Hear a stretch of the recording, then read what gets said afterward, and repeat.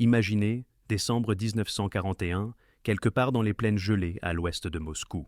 La température a chuté à moins 35 degrés Celsius. Des soldats allemands, blottis dans leurs uniformes d'été, regardent impuissants leurs chars Panzer refuser de démarrer, l'huile moteur gelée malgré les feux allumés dessous pour dégeler la machinerie. Pendant ce temps, de l'autre côté de l'étendue blanche, les chars soviétiques T-34 avancent en grondant à travers des congères qui auraient englouti leurs homologues allemands. Les larges chenilles répartissent le poids sans effort et leurs moteurs diesel, bien que capricieux, rugissent et s'animent lorsqu'on les y incite. Cette scène, répétée d'innombrables fois sur le front de l'Est durant le terrible hiver de 1941 à 42, résume l'un des avantages technologiques les plus décisifs de la Seconde Guerre mondiale. La question de savoir pourquoi les chars T-34 étaient si efficaces dans des conditions hivernales est bien plus complexe que la simple réponse « les chars russes étaient construits pour les hivers russes ».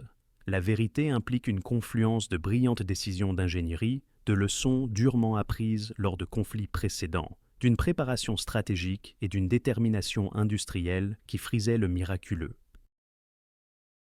Elle implique également une erreur de calcul catastrophique de la part du haut commandement allemand, qui croyait pouvoir capturer Moscou avant les premières neiges. La suprématie hivernale du T-34 n'était pas accidentelle. Elle était le résultat de choix de conception délibérés faits des années avant l'opération Barbarossa, éclairés par les dures leçons de la guerre d'hiver contre la Finlande, et affinés par un test légendaire qui a vu des prototypes conduits à travers des forêts enneigées au cœur de l'hiver.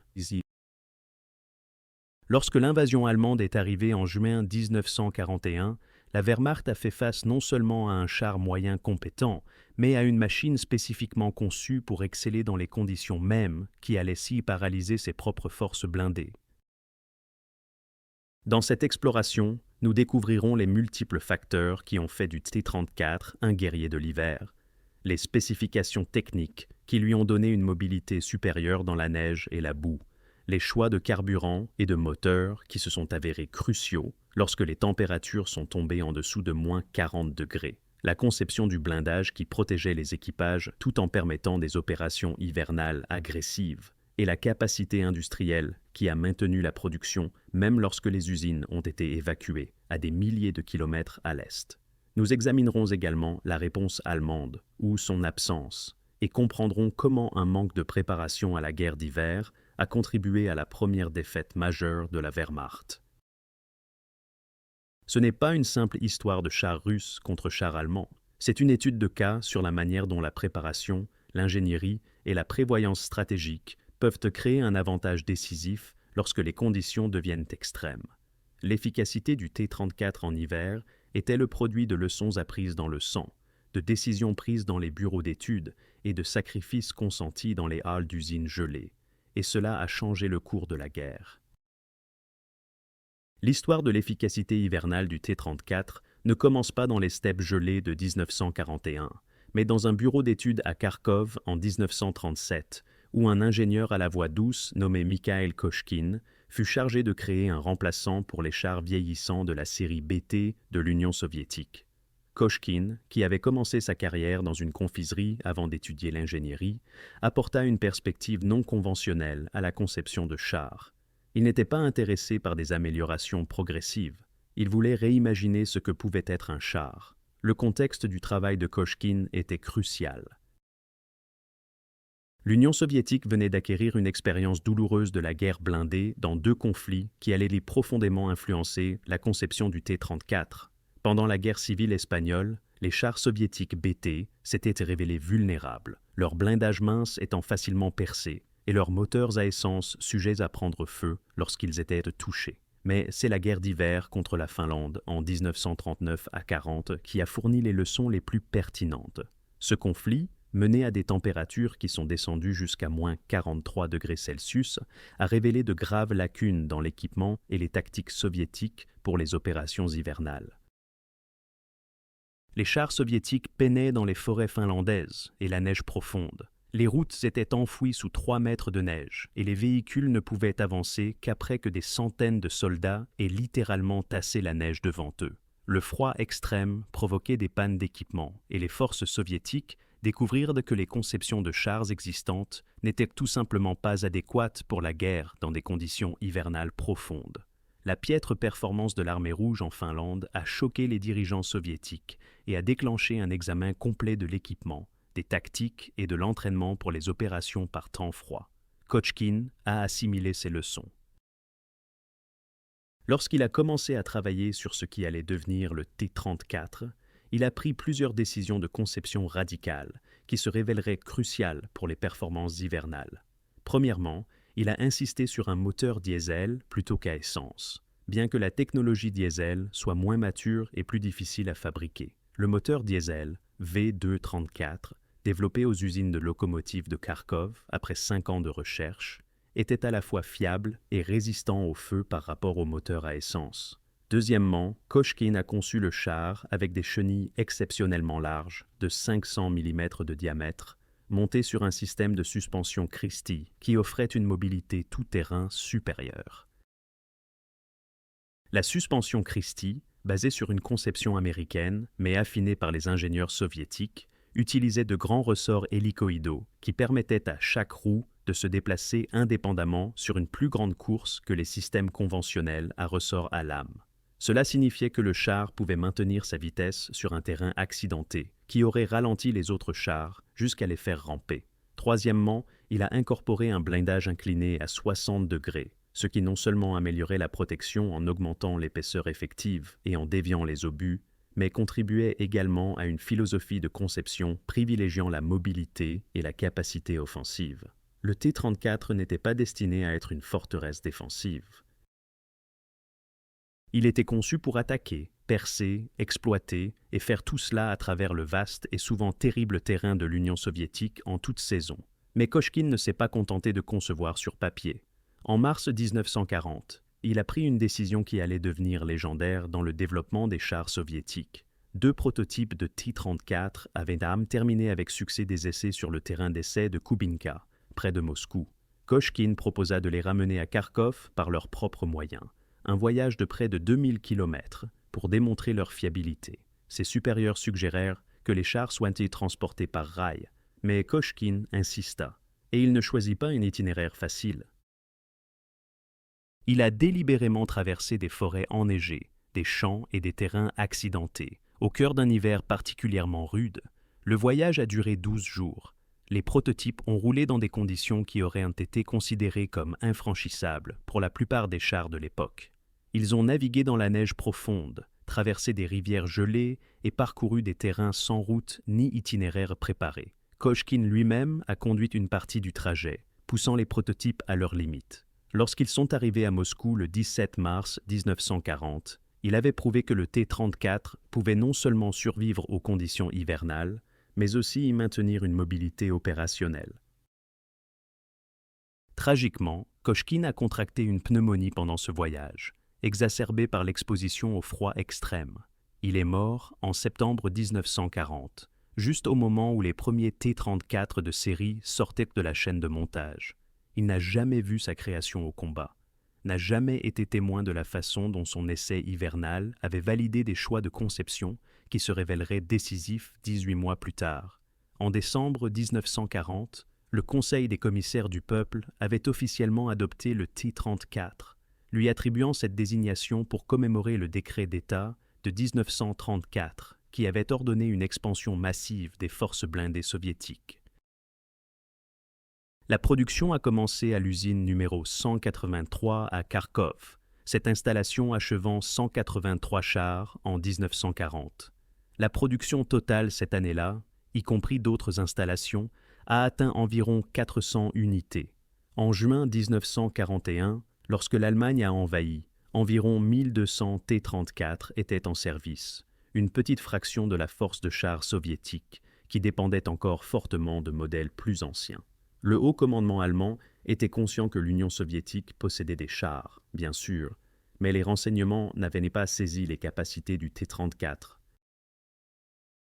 Lorsque l'opération Barbarossa a été lancée le 22 juin 1941, les planificateurs allemands s'attendaient à vaincre l'Union soviétique en quelques mois, certainement avant l'hiver.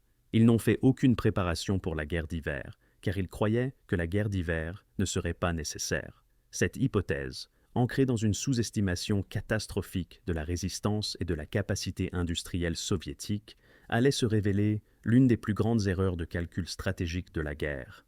Le décor était planté. Le T-34, conçu avec la performance hivernale explicitement à l'esprit et testé dans des conditions brutales, était sur le point d'affronter la Wehrmacht, dont les chars étaient aussi conçus pour le terrain de l'Europe occidentale et dont les armées ne transportaient aucun équipement d'hiver. Le contraste allait devenir saisissant lorsque les premières neiges tomberaient.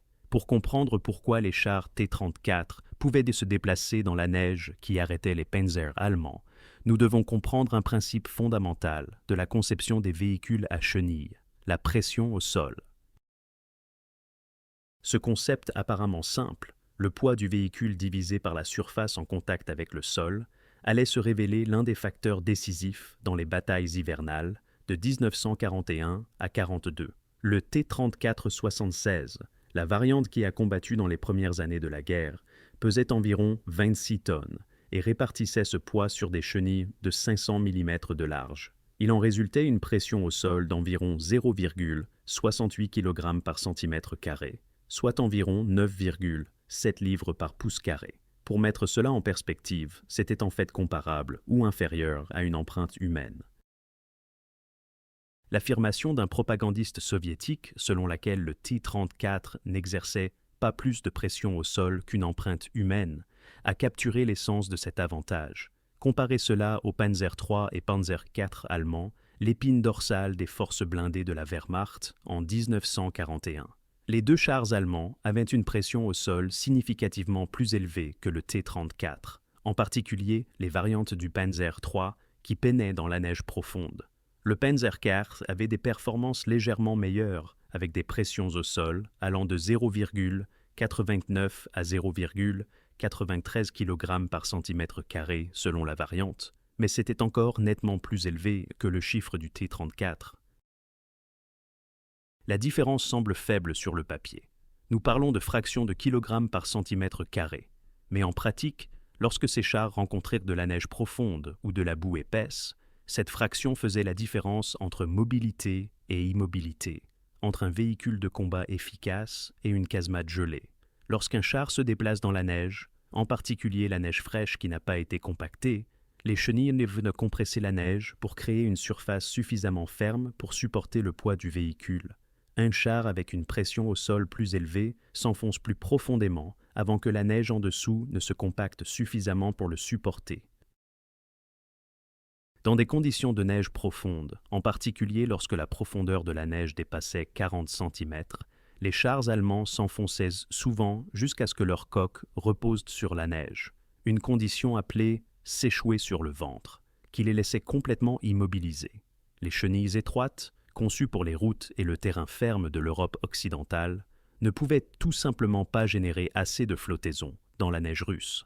Le T-34, avec ses larges chenilles et sa faible pression au sol, pouvait se déplacer dans des épaisseurs de neige de 40 à 60 cm sans nécessité d'extension de chenilles ou d'équipements supplémentaires. Les rapports de combat soviétiques de l'hiver de 1941 à 1942 ont documenté des T-34 opérant dans des bancs de neige qui immobilisaient complètement les panzers allemands.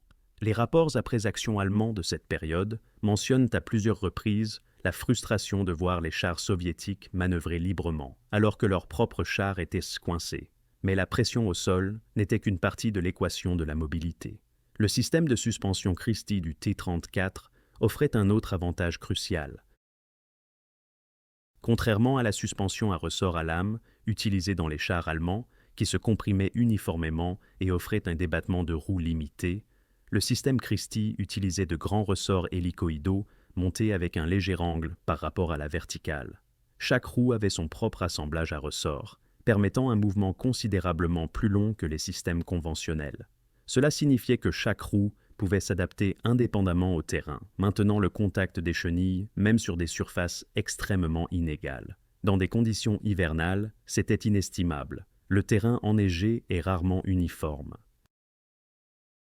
Il y a des congères, des crêtes créées par le vent, des ornières gelées dues au passage de véhicules précédents et des zones où la neige s'est compactée à différentes densités. Un char avec un débattement de suspension limité perdrait le contact des chenilles sur la neige inégale, réduisant la traction et faisant tanguer et rouler le char, ce qui non seulement ralentissait le mouvement, mais rendait un tir précis presque impossible. La suspension du T-34 maintenait les chenilles en contact avec le sol sur des terrains variés, préservant à la fois la mobilité et l'efficacité au combat. La suspension Christie a également contribué à la vitesse tout-terrain impressionnante du T-34. Sur terrain plat, le T-34 pouvait atteindre 53 km/h, mais plus important encore, il pouvait maintenir des vitesses relativement élevées sur un terrain accidenté. Les chars allemands, avec leur débattement de suspension plus court et leurs chenilles plus étroites, devaient ralentir considérablement en quittant les routes, surtout en hiver lorsque le terrain sous la neige était inconnu. Le T-34 pouvait exploiter les brèches dans les lignes allemandes, mener des manœuvres de flanquement rapides et se retirer avant que les forces allemandes ne puissent concentrer leur réponse. Il y a un facteur souvent négligé qui a aggravé les problèmes de mobilité des Allemands, la Rasputitsa, ou saison des mauvaises routes. Cela se produisait 2 fois par an, au printemps lorsque la glace de surface et la neige fondaient sur le sol gelé, et en automne en raison de fortes pluies. Pendant la Rasputitsa, les routes de terre primitives qui constituaient la majeure partie du réseau routier de l'Union soviétique se transformaient en ce que les soldats allemands appelaient des canaux de boue, parfois d'1 mètre de profondeur. La Rasputitsa s'est produite en octobre 1941, juste au moment où l'avancée allemande sur Moscou atteignait son paroxysme. La première neige est tombée le 7 octobre, fondant presque immédiatement et transformant les routes en bourbiers infranchissables. De fortes pluies une semaine plus tard ont annoncé la pleine saison de la Rasputitsa. Les véhicules à roues allemands se sont retrouvés désespérément coincés. Même les véhicules à chenilles peinaient. Et une fois de plus, les larges chenilles et la faible pression au sol du T-34 ont fourni un avantage. Bien que la boue ait affecté les 2 camps et que les véhicules soviétiques se soient certainement enlisés aussi, le T-34 pouvait faire face à des conditions qui arrêtaient complètement les chars allemands. Les groupes blindés allemands sont passés d'avancées rapides à des progressions épuisantes. Le 31 octobre 1941, le haut commandement de l'armée allemande a ordonné l'arrêt de toutes les opérations offensives jusqu'à ce que la Rasputitsa se calme et que les problèmes logistiques puissent être résolus. La pause a donné aux forces soviétiques un temps précieux pour se regrouper, faire venir des réserves et préparer des positions défensives autour de Moscou. Lorsque la Rasputitsa a finalement pris fin et que le sol a gelé complètement à la mi-novembre, les Allemands ont repris leur offensive. Mais ils étaient si maintenant confrontés à un problème différent, la neige profonde et le froid extrême. Et une fois de plus, les avantages de conception du T-34 sont entrés en jeu. Les larges chenilles qui avaient fourni la flottaison dans la boue assuraient désormais la flottaison dans la neige. La suspension Christie qui avait maintenu la mobilité sur les ornières boueuses faisait maintenant de même sur un terrain gelé et enneigé. Les forces allemandes ont tenté de compenser. En décembre 1941, certaines unités de Panzer improvisèrent des extensions de chenilles en utilisant des plaques de métal et des matériaux de récupération, essayant d'augmenter leur surface de contact et de réduire la pression au sol. Mais ces solutions improvisées étaient incohérentes, se cassaient souvent sous la contrainte et n'égalaient toujours pas la conception spécialement étudiée du T-34. L'avantage de la mobilité n'était pas seulement important sur le plan tactique, il était stratégiquement décisif. La guerre de chars nécessite la manœuvre. Un char qui ne peut pas bouger n'est qu'une pièce d'artillerie mal positionnée. Durant l'hiver de 1941 à 1942, les chars allemands qui s'enlisaient dans la neige devenaient des cibles statiques pour l'artillerie soviétique, les canons anti-chars et même l'infanterie avec des cocktails Molotov. Les T-34, quant à eux, pouvaient continuer à manœuvrer, choisissant quand et où engager le combat, exploitant les faiblesses et se désengageant si nécessaire.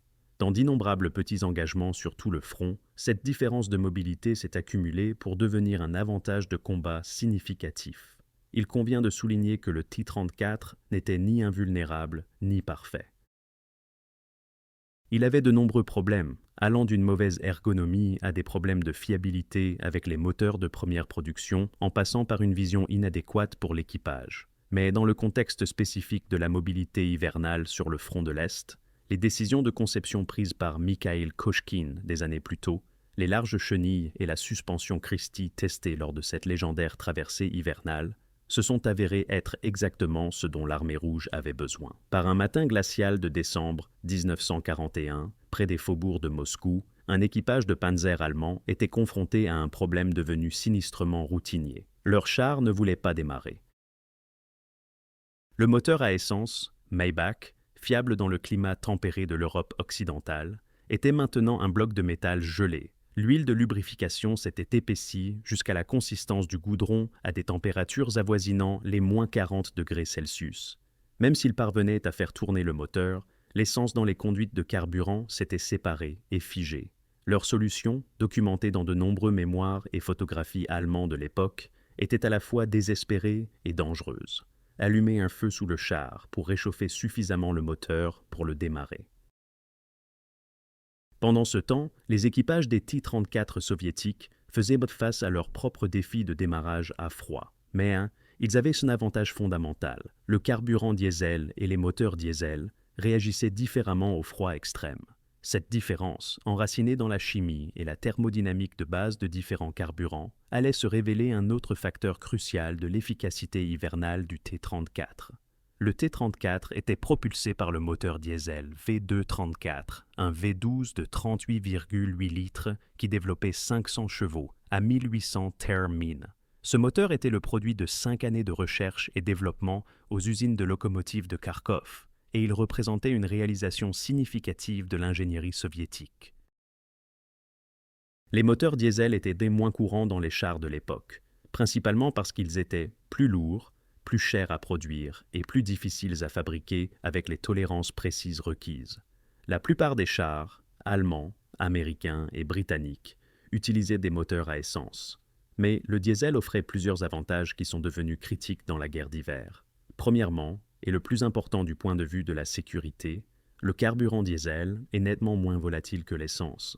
Il nécessite des températures plus élevées pour s'enflammer et ne crée pas de vapeur explosive à des températures normales. Lorsqu'un char avec un moteur à essence était touché par des obus anti-chars, l'essence s'enflammait souvent, transformant le char en ce que les équipages appelaient sinistrement un brasier ou un feu de joie. Les chars soviétiques BT et T-26 des années 30, qui utilisèrent des moteurs à essence, s'étaient forgé la réputation de prendre feu lorsqu'ils étaient touchés. Le moteur diesel du T-34 a considérablement réduit ce risque. Dans des conditions hivernales, la propriété pertinente n'était pas l'inflammabilité, mais les caractéristiques d'écoulement à basse température. Le carburant diesel ordinaire commence à se gélifier, formant des cristaux de cire, à des températures comprises entre -9 et -12 °C. Par grand froid, ces cristaux peuvent obstruer les conduites et les filtres à carburant, empêchant le carburant d'atteindre le moteur. Cependant, le diesel peut être mélangé avec des additifs ou avec des carburants plus légers, comme le kérosène, pour abaisser le point de figeage. Les forces soviétiques, ayant appris de la guerre d'hiver, ont préparé des mélanges de diesel divers et les ont mis à la disposition des équipages de chars. L'essence, en revanche, ne se gélifie pas ou ne se solidifie pas de la même manière. Mais les moteurs à essence nécessitent un type d'huile de lubrification différent de celui des moteurs diesel, et c'est avec cette huile que les Allemands ont rencontré leurs problèmes les plus graves. À des températures avoisinant les -40 °C, les huiles de lubrification standard de la Wehrmacht devenaient si épaisses que les moteurs ne pouvaient littéralement pas tourner. La viscosité de l'huile augmentait au point que le démarreur n'avait pas la puissance nécessaire pour faire tourner le moteur. Les spécifications militaires allemandes de 1941 indiquaient que l'huile de nettoyage standard pour armes, l'huile de lubrification pour armes et l'huile pour mitrailleuse étaient homologuées pour une utilisation jusqu'à -30 °C. Pour un froid plus intense, les règlements spécifiaient que ces huiles devaient être mélangées avec du pétrole, jusqu'à 25% de pétrole pour 75% d'huile, ce qui pouvait prolonger l'utilisabilité jusqu'à environ -50 °C. Cependant, il s'agissait de spécifications pour les armes, pas pour les moteurs de chars. Et, point crucial, les lubrifiants adéquats pour véhicules partant froid ne furent pas distribués aux forces sur le front de l'Est, avant que l'hiver de 1941 à 42 n'ait déjà démontré leur nécessité. Le 8 octobre 1941, alors que les températures commençaient à baisser et que l'avancée allemande stagnait, le quartier général de la Wehrmacht a émis un ordre pour la distribution d'huile de nettoyage pour armes anti-gel et d'huile de lubrification pour armes anti-gel, utilisables à des températures allant jusqu'à moins 40 degrés Celsius. Mais cet ordre est arrivé trop tard pour le début de l'hiver et ne s'appliquait qu'aux armes légères, pas aux véhicules. La machine militaire allemande, si efficace à bien des égards, avait tout simplement échoué à anticiper ou à se préparer aux défis spécifiques de l'opération dans les conditions hivernales soviétiques. Le résultat fut que les équipages de chars allemands, en décembre 1941, ont eu recours à des mesures extraordinaires. Ils allumaient des feux sous leurs chars, utilisant tout le carburant qu'ils pouvaient épargner pour réchauffer le moteur et l'huile suffisamment pour démarrer le véhicule. Ce processus prenait du temps, parfois des heures, et était évidemment dangereux, créant de la fumée qui révélait les positions aux observateurs soviétiques. Il consommait également du carburant, aggravant les problèmes logistiques, et il devait être fait chaque fois que le char était resté immobile assez longtemps pour que le moteur refroidisse, ce qui, à des températures de moins 40 degrés, ne prenait pas longtemps. Certaines unités allemandes ont essayé de faire tourner leurs chars en continu, sans jamais éteindre les moteurs, mais cela consommait du carburant à un rythme insoutenable et accélérait l'usure mécanique. D'autres unités vidèrent l'huile de leurs chars chaque nuit et la gardaient au chaud à l'intérieur d'abris ou de véhicules, puis remplissèrent les moteurs avant les opérations du lendemain. Ces solutions de contournement étaient chronophages et nécessitèrent des ressources qui n'étaient pas toujours disponibles. Les équipages des T-34 soviétiques ont également rencontré des difficultés de démarrage à froid. Les moteurs diesel, avec leur taux de compression plus élevé, nécessitent en fait plus de puissance pour démarrer que les moteurs à essence, et le carburant diesel froid ne s'atomise pas aussi facilement que le carburant chaud, ce qui rend l'allumage plus difficile. Les équipages de chars soviétiques utilisaient souvent du fluide de démarrage à l'éther pour aider les moteurs diesel à démarrer par grand froid. Ils employaient également des systèmes de préchauffage, réchauffant le liquide de refroidissement du moteur avant de tenter de démarrer. Ces mesures étaient effectivement une procédure standard, intégrée à l'entraînement et à la doctrine. Le moteur diesel V2 avait ses propres problèmes de fiabilité, en particulier au début de la production. La durée de vie du moteur avant la première révision majeure n'était initialement que de 50 heures, bien que cela se soit amélioré avec l'augmentation de la qualité de fabrication. La filtration de l'air était un problème persistant. Le premier type de purificateur d'air Pomon était notoirement peu fiable, et ce n'est qu'en 1942 que les purificateurs de remplacement de type Cyclone ont considérablement amélioré la fiabilité du moteur. Mais c'était un des problèmes qui affectèrent le T-34 en toute saison. Dans le contexte spécifique du démarrage et du fonctionnement en hiver, le moteur diesel s'est avéré supérieur aux moteurs à essence des chars allemands. Il y avait aussi une considération d'efficacité énergétique. Les moteurs diesel sont intrinsèquement plus économes en carburant que les moteurs à essence, produisant plus d'énergie par litre de carburant. Dans le contexte de l'hiver 1941 à 42, lorsque la logistique allemande était tendue à l'extrême et que le carburant était rare, la dépendance de la Wehrmacht envers les chars à essence a ajouté à leurs difficultés. Les T-34 soviétiques, avec leurs moteurs diesel plus efficaces, pouvaient opérer plus longtemps avec le même volume de carburant, et lorsque le carburant était rare, le diesel pouvait être utilisé plus longtemps. Il est important de ne pas exagérer l'avantage du diesel. Les chars soviétiques et allemands ont tous deux lutté contre le froid extrême. Tous deux nécessitaient des procédures spéciales et parfois des mesures extraordinaires pour fonctionner à des températures descendant en dessous de moins 35 degrés. La différence était que les forces soviétiques avaient anticipé ces problèmes, les ayant expérimentés pendant la guerre d'hiver, et avaient développé des procédures, une formation et un soutien logistique pour y faire face. Les forces allemandes ont rencontré ces problèmes de manière inattendue et ont dû improviser des solutions au milieu des opérations de combat. Le facteur carburant, comme le facteur mobilité, faisait partie d'un schéma plus large. Le T-34 n'était pas efficace en hiver simplement à cause d'une seule caractéristique supérieure. Il était efficace parce que de multiples décisions de conception, les larges chenilles, la suspension Christie, le moteur diesel, créaient un avantage cumulatif. Chaque facteur était individuellement significatif. Ensemble, ils ont fait du T-34 un char qui pouvait continuer à se battre lorsque les panzers de la Wehrmacht étaient gelés sur place. Le blindage incliné du T-34 est peut-être sa caractéristique visuelle la plus distinctive, donnant au char un profil élégant et agressif qui semblait futuriste par rapport au Panzer allemand aux formes cubiques. Mais l'inclinaison de 60 degrés du blindage frontal du T-34 n'était pas un choix esthétique.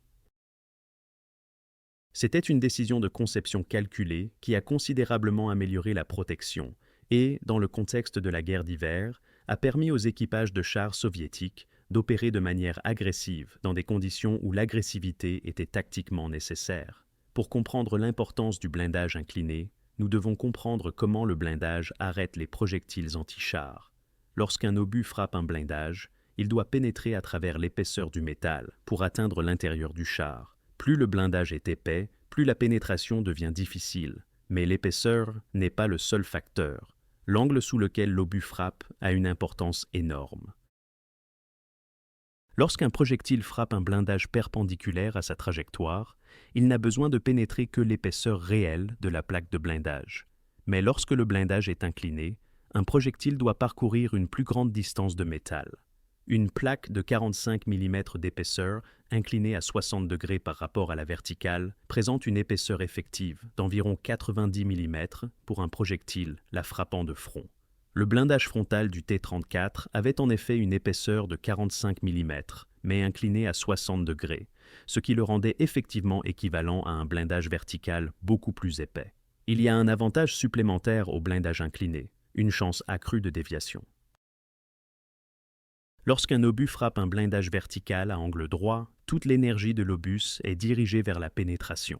Lorsqu'un obus frappe un blindage incliné, une partie de l'énergie est redirigée, et il y a une probabilité significative que l'obus ricoche simplement au lieu de pénétrer. C'était particulièrement vrai pour les projectiles perforants de l'époque de 1941, qui reposaient sur l'énergie cinétique plutôt que sur des charges creuses. Durant l'été et l'automne de 1941, les commandants de chars allemands furent choqués par la protection du blindage du T-34. Le canon anti-char allemand standard, le PaK 36 de 37 mm, était essentiellement inutile contre le T-34, gagnant le surnom amer de « heurtoir de porte », car il ne faisait qu'annoncer la position allemande sans endommager le char soviétique. Même les canons de 50 mm des chars Panzer III peinaient à pénétrer le blindage frontal du T-34 aux distances de combat typiques. Le général Heinz Guderian, commandant du 2e groupe de Panzer, a personnellement rencontré des T-34 au combat à l'automne de 1941. Dans ses mémoires, il a décrit la consternation de ses troupes en découvrant que le T-34 était presque imperméable aux canons de chars allemands. Il a immédiatement envoyé un rapport au haut commandement de l'armée décrivant la supériorité du T-34 en matière de blindage, d'armement et de mobilité tout-terrain, et avertissant que l'Allemagne devrait développer de nouveaux chars pour contrer cette menace. Dans des conditions hivernales, l'avantage du blindage du T-34 est devenu encore plus important. La guerre d'hiver sur le front de l'Est se déroulait souvent à des portées plus courtes que les combats d'été. La neige profonde limitait la mobilité et la visibilité. Les forêts et les villages, caractéristiques communes du terrain, canalisaient les mouvements et forçaient les engagements à courte portée. Dans ces conditions, le camp qui pouvait résister au feu ennemi avait un avantage énorme. La doctrine tactique soviétique mettait l'accent sur l'utilisation agressive des chars, combinée à l'infanterie et à l'artillerie, pour percer les lignes défensives allemandes. Le blindage du T-34 lui permettait de s'approcher des positions allemandes, engageant les canons anti-chars et les points forts de l'infanterie à des portées où son propre canon principal, de 76,2 mm, était efficace. Les forces allemandes, équipées de canons anti-chars de 37 et 50 mm, qui ne pouvaient pas pénétrer de manière fiable le blindage du T-34, se retrouvaient souvent impuissantes à l'approche des chars soviétiques. L'impact psychologique de faire face à un char ennemi que vos armes ne peuvent pas pénétrer est difficile à surestimer. L'infanterie et les équipages antichars allemands, entraînés et équipés pour arrêter les blindés ennemis, ont trouvé leurs armes, standards inefficaces. Cela a créé un sentiment d'impuissance et de peur qui a sapé le moral. De nombreux mémoires allemands de l'hiver, de 1941 à 1942, décrivent la terreur de voir les T-34 avancer, tandis que les obus antichars rebondissaient sur leur blindage incliné. Les Allemands disposaient d'armes capables de vaincre le blindage du T-34. Le canon antiaérien de 88 mm, lorsqu'il était utilisé dans un rôle antichar, pouvait pénétrer le T-34 à la plupart des distances de combat. Les chars allemands armés du canon Kaubewika 40 de 75 mm, qui a commencé à apparaître en 1942 avec le Panzerkampf OSF F2 surarmé, pouvaient également vaincre le blindage frontal du T-34 à des distances raisonnables. Mais durant l'hiver de 1941, ces armes étaient rares sur le front de l'Est. La plupart des capacités antichars allemandes consistaient en des canons qui ne pouvaient tout simplement pas arrêter un T-34 de manière fiable. Il est important de noter que le T-34 était loin d'être invulnérable. Son blindage latéral et arrière était beaucoup plus mince que le blindage frontal et pouvait être pénétré par la plupart des armes antichars allemandes. Les forces allemandes ont rapidement appris à tenter des tirs de flanc plutôt que des engagements frontaux. Le T-34 avait également de nombreux défauts de conception, une mauvaise ergonomie pour l'équipage, des dispositifs de vision inadéquats pour le commandant et seulement un équipage de tourelles de 2 hommes, ce qui signifiait que le commandant devait également faire office de tireur, limitant sévèrement la conscience de la situation. En termes techniques, de nombreux chars allemands étaient supérieurs en qualité optique, en communication radio et en efficacité de l'équipage.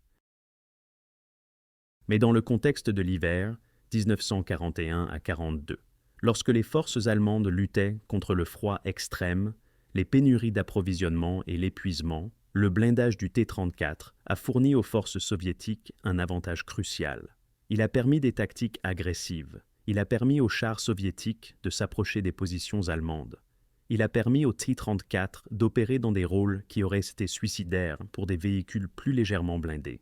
Il y a un aspect spécifique de la guerre d'hiver où le blindage du T-34 s'est avéré particulièrement précieux, le combat urbain. Pendant la bataille de Moscou en décembre 1941, les combats se déroulaient souvent dans des villages et aux abords des villes. Les bâtiments offraient abri et dissimulation, mais ils canalisaient également les mouvements et créèrent des engagements à courte portée. Dans ces conditions, le blindage du T-34 lui permettait d'avancer dans les rues défendues, soutenant les assauts d'infanterie. Les défenseurs allemands, armés d'armes qui ne pouvaient pas pénétrer de manière fiable le blindage frontal du T-34, devaient laisser les chars soviétiques s'approcher à bout portant avant de tenter des tirs latéraux ou arrière, qui arrivaient souvent trop tard. La combinaison de la protection du blindage et de la mobilité hivernale a créé une synergie. Le T-34 pouvait se déplacer là où les chars allemands ne le pouvaient pas, grâce à ses larges chenilles et sa faible pression au sol. Et lorsqu'il engageait des positions allemandes, il pouvait résister à un tir de riposte qui aurait détruit d'autres chars. Cette combinaison a permis aux forces soviétiques de mener des opérations offensives pendant l'hiver de 1941 à 1942, lorsque les forces allemandes, immobilisées et vulnérables, étaient largement limitées à des actions défensives. En 1942, les Allemands développaient des réponses. Le char Panther, conçu explicitement pour contrer le T-34, incorporait un blindage incliné et un puissant canon de 75 mm. Le char Tigre, avec son blindage épais et son canon de 88 mm, pouvait vaincre les T-34 à longue portée. Mais ces chars sont entrés en service en 1943, bien après que l'hiver critique de 1941 à 1942 soit passé. Pendant ce premier hiver terrible, alors que l'issue de tout le front de l'Est était en jeu, le blindage incliné du T-34 a fourni aux forces soviétiques un avantage technologique au moment même où elles en avaient le plus besoin. 22 juin 1941. À 3h15 du matin, le long d'un front s'étendant de la Baltique à la mer Noire, l'artillerie allemande a ouvert le feu, signalant le début de l'opération Barbarossa, la plus grande invasion militaire de l'histoire. Plus de 3 millions de soldats allemands, soutenus par plus de 3000 chars et 2000 avions, se sont écrasés sur les défenses soviétiques. L'assaut initial fut catastrophique pour l'armée rouge. des armées soviétiques entières furent encerclées et détruites. Des milliers d'avions furent détruits au sol dès les premiers jours. En quelques semaines, les fers de lance allemands avaient avancé de centaines de kilomètres. Dans ce chaos, le T-34 a fait ses débuts au combat et les forces allemandes ont subi un choc brutal. Le 23 juin 1941, un seul T-34 de la 8e division de chars a engagé une colonne de chars allemands, détruisant 5 Panzer III et 2 Panzer IV avant de se retirer. Des rapports sur l'invulnérabilité du T-34 au feu anti-char allemand ont commencé à parvenir au haut commandement allemand presque immédiatement. Mais à l'été de 1941, les avantages techniques du T-34 étaient compensés par d'autres facteurs, des équipages mal entraînés, des pannes mécaniques, un manque de pièces de rechange et surtout un déploiement tactique terrible.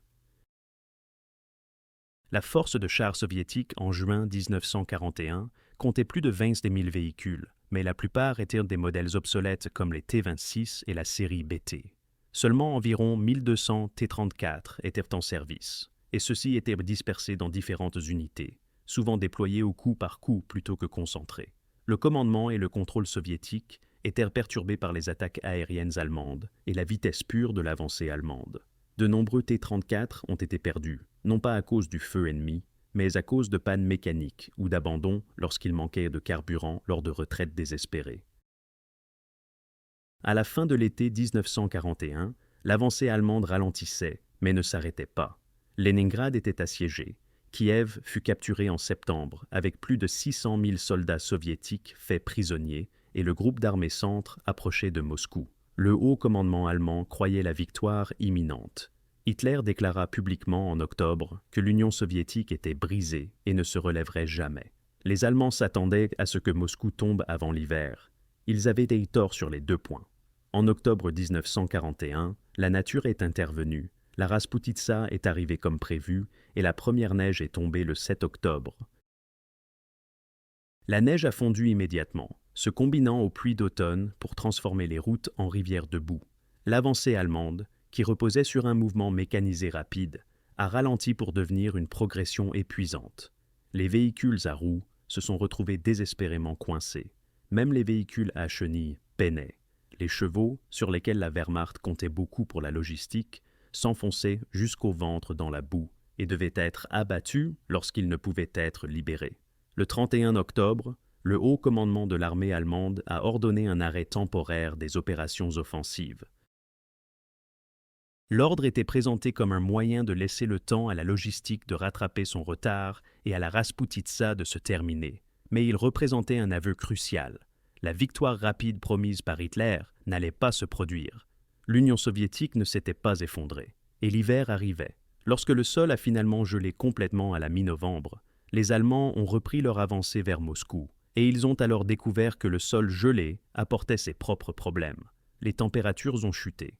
Fin novembre, les températures nocturnes descendaient régulièrement en dessous de moins 20 degrés Celsius. Début décembre, elles ont atteint moins 35 à moins 40 degrés. La Wehrmacht était catastrophiquement mal préparée à ces conditions. Les troupes allemandes portaient encore des uniformes d'été. Les manteaux de laine distribués pour le service de garnison en Allemagne étaient inadéquats pour l'hiver russe. Les soldats fourraient des journaux sous leurs uniformes pour s'isoler. Ils s'enveloppaient dans des couvertures. Ils prenaient les vêtements des soldats soviétiques morts. Les cas de gelure ont commencé à se multiplier, dépassant finalement les pertes au combat dans certaines unités. L'équipement allemand a connu des défaillances généralisées. Les huiles de lubrification ont gelé. Les moteurs des véhicules ne démarraient pas sans qu'on allume des feux dessous. Les composants en caoutchouc des suspensions des véhicules sont devenus cassants et se sont fissurés. Les mitrailleuses se sont enrayées. Les jumelles se sont embuées et ont gelé. Même l'équipement de base comme les grenades à main est devenu peu fiable par grand froid. Les chars allemands, conçus pour le climat de l'Europe occidentale, sont devenus presque inopérables. Les chenilles étroites des chars Panzer III et Kars les faisaient s'enfoncer et rester coincés dans la neige profonde.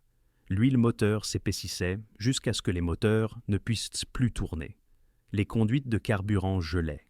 La capacité des batteries chutait dans le froid, rendant le démarrage des moteurs encore plus difficile. Les équipages ont appris à vidanger l'huile moteur chaque nuit et à la garder au chaud, puis à remplir les moteurs le matin, un processus chronophage qui retardait les opérations et consommait du carburant. Pendant ce temps, les T-34 soviétiques continuaient d'opérer. Ils rencontraient leurs propres difficultés avec le démarrage à froid et les températures extrêmes, mais les équipages soviétiques avaient été entraînés pour les opérations hivernales. Les moteurs diesel des chars, bien que nécessitant des procédures de démarrage spéciales, étaient moins sujets aux problèmes de gel de l'huile qui tourmentaient les moteurs à essence allemands. Les larges chenilles, qui avaient aidé à naviguer dans la boue d'automne, offraient maintenant de la flottaison dans la neige profonde. La logistique soviétique, opérant sur des lignes intérieures avec des réseaux ferroviaires fonctionnels, pouvait fournir des lubrifiants d'hiver et de l'antigel. Fin novembre et début décembre, les forces soviétiques ont contre-attaqué. Il ne s'agissait pas d'attaques de harcèlement mineur, mais d'opérations offensives majeures, coordonnées sur plusieurs fronts. Des divisions sibériennes soviétiques, équipées et entraînées pour la guerre d'hiver, sont arrivées de l'Est, où elles étaient stationnées contre la menace d'une invasion japonaise. Ces troupes fraîches, portant des uniformes d'hiver chauds et des tenues de camouflage blanches, soutenues par des chars T-34 et KV, ont frappé les positions allemandes autour de Moscou. La bataille de Moscou, du 5 décembre 1941 au 7 janvier 1942, a marqué la première défaite majeure allemande de la Seconde Guerre mondiale. Les chars T-34 ont joué un rôle crucial dans cette victoire. Ils pouvaient manœuvrer dans des conditions où les panzers allemands étaient immobilisés.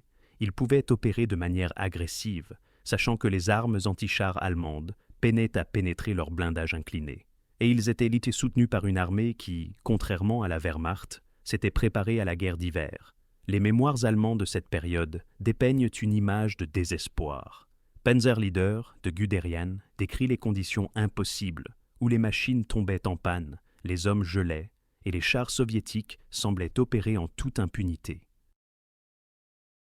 Les soldats allemands ont décrit des T-34 avançant à travers des congères, tirant sur les positions allemandes, tandis que les chars allemands restaient immobilisés, incapables de démarrer leurs moteurs ou de manœuvrer pour répondre. L'impact psychologique fut immense. La Wehrmacht, qui avait conquis la Pologne, la France et les Pays-Bas, qui avait pénétré de centaines de kilomètres en territoire soviétique, était arrêtée. Pour la première fois, les soldats allemands faisaient face à un ennemi qui pouvait non seulement résister, mais aussi contre-attaquer efficacement. Le mythe de l'invincibilité de la Wehrmacht fut brisé dans les forêts gelées, aux abords de Moscou. Mais alors même que les forces soviétiques remportaient la bataille de Moscou, l'Union soviétique faisait face à une autre crise, la production. L'avancée allemande de l'été et de l'automne de 1941 avait capturé ou menacé d'importants centres industriels. En septembre 1941, le gouvernement soviétique évacuait des usines entières, démontant les machines et les chargeant sur des trains pour les déplacer à l'est des montagnes de l'Oural, hors de portée des forces allemandes. L'usine numéro 183, qui produisait des T-34 à Kharkov, fut évacuée en octobre 1941 à Nijni Tagil, à plus de 2000 km à l'est. L'usine Kirov de Leningrad, qui produisait des chars et d'autres équipements lourds, fut évacuée à Tcheliabinsk. L'usine de moteurs diesel de Kharkov, qui produisait les moteurs V2 pour le T-34, fut également déplacée à Tcheliabinsk. La dislocation industrielle était stupéfiante. Des usines entières furent démantelées, transportées, et durent d'une manière ou d'une autre être reconstruites et redémarrées, dans de nouveaux endroits, au milieu de l'hiver, tout en menant une guerre désespérée. Pourtant, la production a continué. Dans la seconde moitié de 1941, malgré les évacuations et la perte de 40% du PIB soviétique et de 60% de la production de charbon et d'acier à cause de l'occupation allemande, l'industrie soviétique a produit 4 649 véhicules blindés, dont 2 819 chars, T-34 et KV. Les ouvriers de Tcheliabinsk, bientôt surnommés Tankograd, assemblaient des chars dans des bâtiments non chauffés, parfois à des températures aussi froides que sur les lignes de front. Le dévouement frisait le surhumain. À la fin de 1941, environ 2800 T-34 étaient disponibles pour l'armée rouge. Ce n'était pas suffisant pour remplacer les pertes massives de l'été et de l'automne, mais c'était assez, combinés aux avantages techniques du T-34 et à l'arrivée de l'hiver, pour arrêter l'avancée allemande et lancer les premières contre-offensives soviétiques réussies. L'hiver de 1941 à 1942 a marqué un tournant. La stratégie allemande de victoire rapide avait échoué. L'Union soviétique ne s'était pas effondrée. Et le T-34, conçu des années plus tôt en pensant aux opérations hivernales, testé dans des conditions enneigées par son créateur, avait prouvé sa valeur au moment le plus crucial. La guerre sur le front de l'Est allait se poursuivre pendant encore 3 ans et demi. Mais après l'hiver de 1941 à 1942, il n'était plus question de savoir si l'Union soviétique pouvait survivre. La seule question était de savoir combien de temps il faudrait pour vaincre l'Allemagne. En septembre 1941, alors que les forces allemandes se rapprochaient de Kharkov, l'usine numéro 183, le berceau du T-34, a entamé l'une des évacuations industrielles les plus remarquables de l'histoire. Les ouvriers ont démonté les machines de production, les ont chargées sur des trains et ont commencé le voyage de 2000 km vers l'est, à Nijni Tagil, dans les montagnes de l'Oural. Ils n'étaient pas seuls. À travers l'Union soviétique, plus de 1500 entreprises industrielles étaient en cours d'évacuation, la priorité étant donnée aux industries de la défense. Plus de 10 millions d'ouvriers et leurs familles ont été relocalisés à l'Est, essayant de devancer l'avancée allemande. L'ampleur de l'évacuation était sans précédent. Des bâtiments d'usines entiers ont été démontés, emballés sur des wagons plats et transportés vers l'Est. Des machines-outils pesant des dizaines de tonnes ont été hissées sur des trains. Les ouvriers qualifiés essentiels à la production de chars ont été évacués avec leurs familles. Le système ferroviaire soviétique, déjà mis à rude épreuve par les exigences du transport militaire, a dû simultanément déplacer des troupes vers le front et des usines loin de celui-ci, aux destinations dont beaucoup étaient de petites villes industrielles de l'Oural et de la Sibérie. L'équipement évacué est arrivé sur des terrains vagues. Il n'y avait pas de bâtiments d'usine qui attendaient. Dans de nombreux cas, les machines étaient simplement déchargées sur le sol et recouvertes de bâches. La production a redémarré en plein air, ou dans des hangars construits à la hâte qui offraient un abri minimal contre les éléments. Les ouvriers assemblaient des chars à des températures qui descendaient jusqu'à moins 30 degrés Celsius. Tcheliabinsk, une ville du sud de l'Oural, est devenue le plus important centre de production de chars, gagnant le surnom de Tankograd. L'usine Kirov évacuée de Leningrad, l'usine de moteurs diesel de Kharkov et l'usine numéro 183 ont toutes convergé vers Tcheliabinsk, fusionnant avec l'usine de tracteurs Staline existante. À l'été de 1942, Tcheliabinsk était devenue la plus grande installation de production de chars au monde. Les conditions de travail étaient brutales. Les bâtiments d'usine n'étaient pas chauffés. Les ouvriers portaient des manteaux épais et des gants tout en faisant fonctionner les machines. Certains récits décrivent des ouvrières si emmitouflées contre le froid qu'elles pouvaient à peine bouger. Les quarts de travail étaient longs, souvent de 12 heures ou plus, 7 jours sur 7. La nourriture était rationnée et rare. Pourtant, la production a continué et a même augmenté. Les chiffres de production racontent l'histoire de cette réussite industrielle. En 1940, environ 400 T-34 ont été produits, dont 183 par la seule usine numéro 183. En 1941, malgré les évacuations et le chaos de l'invasion allemande, 3000 T-34 ont été produits. Puis, en 1942, alors que les usines évacuées redémarraient la production et que l'industrie s'adaptait à la production de guerre, 12 500 T-34 sont sortis des chaînes de montage. En 1943, la production a atteint 15 700 chars. En comparaison, la production de chars de l'Allemagne en 1942 était considérablement plus faible, les usines soviétiques surpassant leurs homologues allemandes de près de 3 contre 1. Cette disparité de production n'était pas seulement une question de capacité industrielle, elle reflétait des différences fondamentales dans la philosophie de conception. Le T-34 était conçu pour la production de masse. Il utilisait des composants simples et robustes qui pouvaient être fabriqués avec moins de précision que ce que nécessitaient les chars allemands. Le blindage incliné, tout en offrant une protection supérieure, était en fait moins cher à produire que les assemblages complexes de plaques verticales et inclinées utilisés dans les chars allemands. Le moteur diesel V2, bien qu'initialement difficile à produire, est devenu plus fiable à mesure que les processus de fabrication se sont améliorés. et sa conception de base était plus simple que les moteurs à essence haute performance des chars allemands.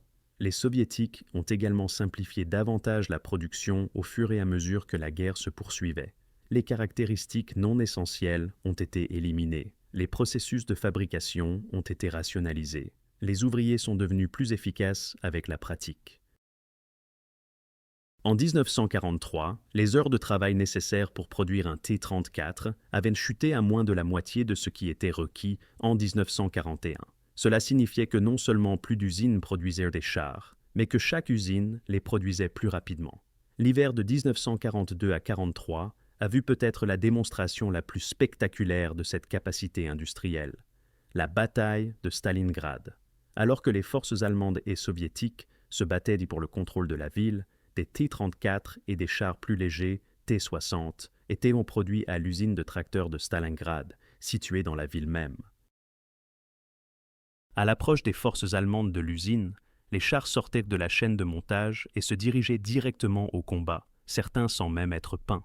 Les ouvriers d'usine, dont beaucoup de femmes, effectuaient l'assemblage final, tandis que les obus d'artillerie tombaient à proximité. Lorsque l'usine a finalement été envahie, l'équipement de production a été saboté pour empêcher sa capture, mais pas avant que des centaines de chars aient été livrés directement de l'usine au champ de bataille. Cette livraison directe de l'usine au front n'était possible que parce que le T-34 était suffisamment fiable pour parcourir de longues distances sans tests approfondis. Comparez cela aux chars lourds allemands comme le Panther et le Tigre, qui nécessitaient souvent un débogage et des modifications importants avant de pouvoir être considérés comme prêts au combat. La simplicité du T-34, souvent critiquée par ceux qui comparaient sa construction brute défavorablement à la précision de l'ingénierie allemande, était en fait un avantage stratégique. Un char qui est assez bon pour combattre et qui peut être produit en grand nombre a plus de valeur qu'un char techniquement supérieur, qui est rare et mécaniquement capricieux. La capacité industrielle a également eu un impact direct sur les opérations hivernales. Les usines soviétiques pouvaient produire des équipements spécifiques à l'hiver, en quantité que l'industrie allemande ne pouvait égaler. Des chenilles larges optimisées pour la neige, des lubrifiants spécialisés pour le froid extrême, des systèmes de chauffage pour le préchauffage des moteurs, tout cela était produit en volume et distribué aux unités de chars. L'industrie allemande, produisant moins de chars et luttant contre les pénuries de ressources, ne pouvait pas équiper de la même manière ses forces, même lorsqu'elle en reconnaissait le besoin. Il y a aussi le facteur humain à considérer. Les ouvriers qui produisaient des T-34 dans des usines non chauffées de l'Oural pendant l'hiver de 1941 à 1942 savaient que les chars qu'ils construisaient se battraient pour défendre leur pays. Beaucoup avaient été évacués de foyers maintenant sous occupation allemande. Certains avaient des membres de leur famille au front. La motivation pour travailler malgré des conditions brutales, pour maintenir la production malgré les pénuries et les difficultés, était soutenue par la connaissance que chaque char comptait. La propagande soviétique a certainement exploité cela, mais le sentiment sous-jacent était authentique. En 1943, la production industrielle soviétique s'était non seulement remise des pertes de 1941, mais avait dépassé les niveaux d'avant-guerre dans les industries de défense clés. L'Union soviétique produisait 24 700 chars par an, contre 6 000 pour l'Allemagne. L'aide américaine du pré-bail a fourni des camions, de la nourriture et des matières premières, ce qui a aidé, mais le cœur de la production de chars soviétiques était national. Le T-34 était une conception soviétique, produite dans des usines soviétiques, par des ouvriers soviétiques, souvent dans des conditions aussi dures que sur les lignes de front.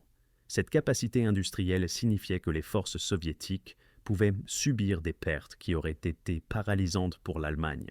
Les T-34 ont été perdus en grand nombre à cause du feu allemand, de pannes mécaniques et de l'attrition opérationnelle. Mais ils étaient remplacés. Les tankistes allemands pouvaient détruire 5 ou 6 T-34 en un seul engagement, pour faire face à une autre vague le lendemain, et une autre le jour d'après. Les Allemands ne pouvaient pas égaler ce taux de remplacement. Chaque Panzer perdu était difficile à remplacer. Chaque T-34 perdu était l'un des milliers produits. L'efficacité hivernale du T-34 ne concernait pas seulement le char lui-même. Elle concernait un système industriel qui pouvait produire ces chars en quantité, les entretenir sur le terrain et les approvisionner en carburant, en munitions et en pièces de rechange, même dans les conditions extrêmes de l'hiver russe. Lorsque la logistique allemande s'est effondrée pendant l'hiver de 1941 à 1942, incapable de livrer des fournitures au front sur des routes bloquées par la neige, la logistique soviétique, opérant sur des lignes intérieures avec un réseau ferroviaire fonctionnel, a continué à fonctionner. Cette supériorité logistique, rendue possible par la capacité industrielle, était aussi importante que n'importe quelle caractéristique technique du char lui-même. L'histoire de Tankograd et des autres usines évacuées est finalement une histoire de volonté. Il aurait été facile, peut-être même logique, d'accepter que la production industrielle s'effondrerait dans les conditions de 1941 à 1942. Au lieu de cela, les ouvriers et les directeurs soviétiques ont accompli ce qui semblait impossible. Ils ont déplacé des industries entières, sur des milliers de kilomètres, redémarré la production en plein champ pendant l'hiver et atteint des taux de production qui dépassaient les niveaux d'avant-guerre. L'efficacité du T-34 en hiver était le produit d'une conception brillante, mais cette conception n'aurait eu aucun sens sans la capacité industrielle de le produire en nombre suffisant pour gagner une guerre. L'armée allemande, réputée pour sa flexibilité tactique et sa résolution de problèmes innovantes, n'a pas simplement accepté la supériorité du T-34. Les ingénieurs, les commandants et les soldats allemands ont tous cherché des moyens de contrer le char soviétique et d'améliorer les performances de leurs propres véhicules dans des conditions hivernales. Mais ces adaptations, bien que souvent ingénieuses, sont arrivées trop tard et en quantité insuffisante pour changer l'équilibre fondamental établi durant l'hiver de 1941 à 1942. La première réponse allemande au problème de mobilité hivernale fut le développement des Winterketten, ou chenilles d'hiver, en 1942. Il s'agissait de maillons de chenilles standards équipés d'extensions triangulaires qui dépassaient des extrémités des chenilles, augmentant considérablement la largeur de la chenille et réduisant la pression au sol. Lorsqu'elles étaient montées sur un Panzer III ou Exerci, les Winterketten amélioraient considérablement les performances dans la neige, offrant une bien meilleure flottaison et réduisant la tendance à s'enfoncer et à s'immobiliser. Cependant, les Winterketten avaient des inconvénients. Les chenilles étendues augmentèrent la charge sur la transmission et les réducteurs finaux du char, qui n'étaient si pas conçus pour cette contrainte supplémentaire. Une utilisation prolongée avec les Winterketten pouvait provoquer des pannes mécaniques. Les extensions avaient également tendance à accumuler de la boue et de la neige, en particulier pendant la Rasputitsa, créant d'énormes amas de débris gelés qui sollicitaient davantage la transmission. Et, point crucial, les Winterketten n'étaient pas disponibles en quantité suffisante pendant l'hiver de 1941 à 1942. Elles ont été développées sur la base des leçons tirées de ce premier hiver terrible, mais sont arrivées trop tard pour aider. En 1944, les Allemands ont développé les Ostketten, ou chenilles du front de l'Est, qui étaient simplement des chenilles plus larges, sans les extensions triangulaires. Celles-ci fonctionnaient mieux que les Winterketten dans des conditions boueuses, car elles n'accumulaient pas les débris aussi facilement, tout en offrant une meilleure flottaison dans la neige. Mais encore une fois, elles sont arrivées des années après la crise hivernale initiale. Les ingénieurs allemands ont également développé des systèmes de chauffage de moteurs pour résoudre les problèmes de démarrage à froid qui avaient tourmenté les unités de Panzer en 1941.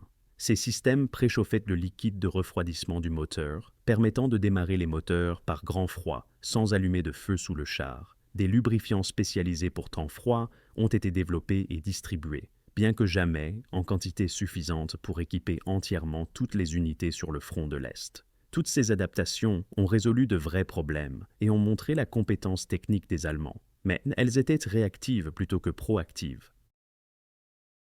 Les Soviétiques avaient conçu le T-34 dès le départ en pensant aux opérations hivernales, en se basant sur les leçons de la guerre d'hiver. Les Allemands n'ont développé des adaptations hivernales qu'après avoir subi les conséquences de ne pas en avoir. En temps de guerre, cette distinction entre préparation et réaction détermine souvent les résultats. La réponse allemande à la supériorité du blindage et de la puissance de feu du T-34 a suivi un schéma similaire. En novembre 1941, le rapport de Guderian sur les capacités du T-34 a provoqué une action immédiate. Le haut commandement allemand a ordonné le développement de nouveaux chars capables d'égaler ou de surpasser le T-34. Cela a abouti à deux conceptions célèbres, le Panther et le Tigre. Le Tigre Princeton, armé du canon de 88 mm et protégé par un épais blindage vertical, est entré en production en août 1942. Il pouvait détruire un T-34 à des portées bien au-delà desquelles le T-34 pouvait riposter. Mais le Tigre était cher, complexe, mécaniquement capricieux et produit en nombre relativement faible. Seulement 1347 Tigres ont été produits pendant toute la guerre. En comparaison, plus de 57 000 T-34 ont été produits. Le Panther, développé explicitement en réponse au T-34, incorporait un blindage incliné, un puissant canon de 75 mm et de larges chenilles pour une meilleure mobilité tout-terrain. C'était à bien des égards un char supérieur au T-34 avec une meilleure optique, un meilleur canon et une meilleure ergonomie pour l'équipage. Mais le Panther n'est entré en combat qu'en juillet 1943 à la bataille de Koursk, près de 2 ans après la rencontre allemande avec le T-34, et même alors, il a souffert de problèmes mécaniques qui ont mis des mois à être résolus. Le Tigre et le Panther représentaient tous deux l'approche allemande de la conception de chars, techniquement sophistiqués, puissants, mais complexes et difficiles à produire en quantité. Cette philosophie, qui avait bien servi l'Allemagne dans les conflits précédents, s'est avérée problématique dans la guerre d'usure du front de l'Est. La qualité ne pouvait pas compenser la quantité lorsque la différence de quantité était aussi grande qu'elle l'était entre la production de chars soviétiques et allemandes. Il y a un point plus large sur l'adaptation qui mérite d'être considéré.